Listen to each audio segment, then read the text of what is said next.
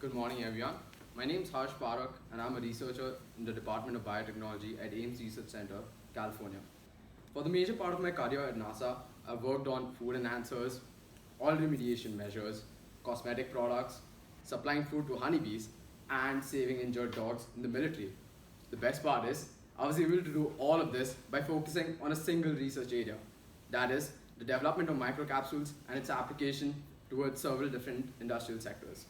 Today, in this presentation, I'm going to talk about the history of microcapsules, its current practices, significance, and give you a clear reason as to why this research area should receive funding. Let's back up a bit. What are microcapsules? Microcapsules are hollow spheres that are measured in micrometer size and can be filled or coated with materials. To give you an estimate of the size, they're smaller than the diameter of a human hair. So, going to its historical past, according to Resnick in his 2016 article, Tiny Capsules Enable a World of Possibilities, mentioned that the attempt at creating microcapsules started as early as 1980s when engineers from JPL came together to devise a way to create spherical, hollow, latex microcapsules on Earth.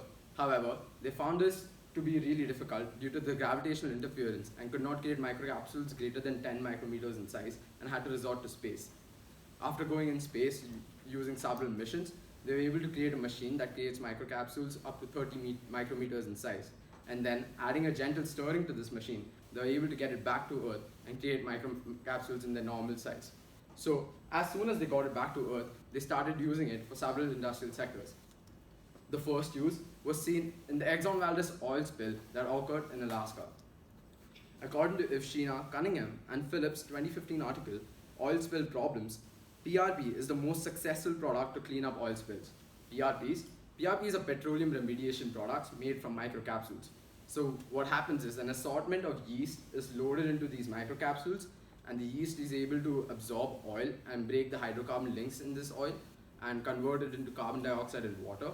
So when the internal pressure gets really high in these microcapsules, they burst and then release these harmless byproducts into the atmosphere. These microcapsules proved to be really successful and were later used in future incidents, such as the Deepwater oil spill that occurred in the Gulf of Mexico in 2010. Another major concept with microcapsules is microencapsulation. According to Priska and Morillo in their 2016 article, they mentioned that microencapsulation is a process in which tiny particles are coated with materials, and these materials could be either food ingredients or spraying or other enzymes. The concept of microencapsulation has allowed these microcapsules to enter the food and cosmetics industry. According to Diaz and Fur's 2015 article, Microencapsulation for Bioactives, they said that the taste of food is the most effective when the flavor first hits the tongue. That is, say food salted at the table tastes saltier than food made in the kitchen with the same measure of salt. This is because the seasoning is on the surface of the food rather than mixed in, and hence it's the tongue first. Using the same concept, these microcapsules were made with the coating of food taste and hence acted as food enhancers, as you can see in the picture on the left.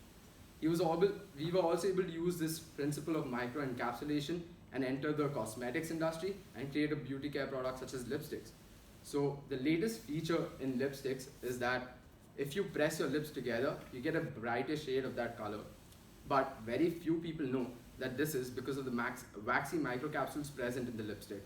So what happens is these microcapsules are coated with the basic tint or like the primary shade of color of that particular lipstick, and when the wearer presses their lips together, these microcapsules tear or rather burst open and hence give a lighter shade. Microcapsules are also come to use in the medical industry. Currently, bees pollinate 1/3 of everything we eat. According to Alex Benjamin in his 2015 article, he mentioned that 84% of the crops grown for human consumption, around 400 different kind of plants, need bees and insects to pollinate them to increase their yields and quality. That means this has led us to think about the consequences if bees go extinct. What would happen is we will not be able to sustain a population of 7 billion human beings, and the food in the supermarket will be half of what it is right now. As of last year, we are now able to derive hybrid pollen using waxy microcapsules. We are able to use synthetic sativa as a source of food for these honeybees and place any food that is physically capable of putting into these microcapsules and feed it directly to the bees. So when their honey is ripe during the seasons of monsoon, when nectar and pollen are rare, you can tag their honey produced as a specialty honey, which could also be fed to people with diabetes. And so these also help in stopping the extension of human beings and stick better to the bees than natural pollen.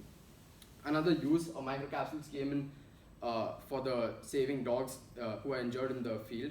So what we do is we put essential oils and antiseptics in microcapsules, and so dogs in military get injured on the field, and their paws, which are the sensitive part below the foot, are placed on these microcapsules and hence heal them in seconds. If left unhealed, it can be very lethal for the dogs.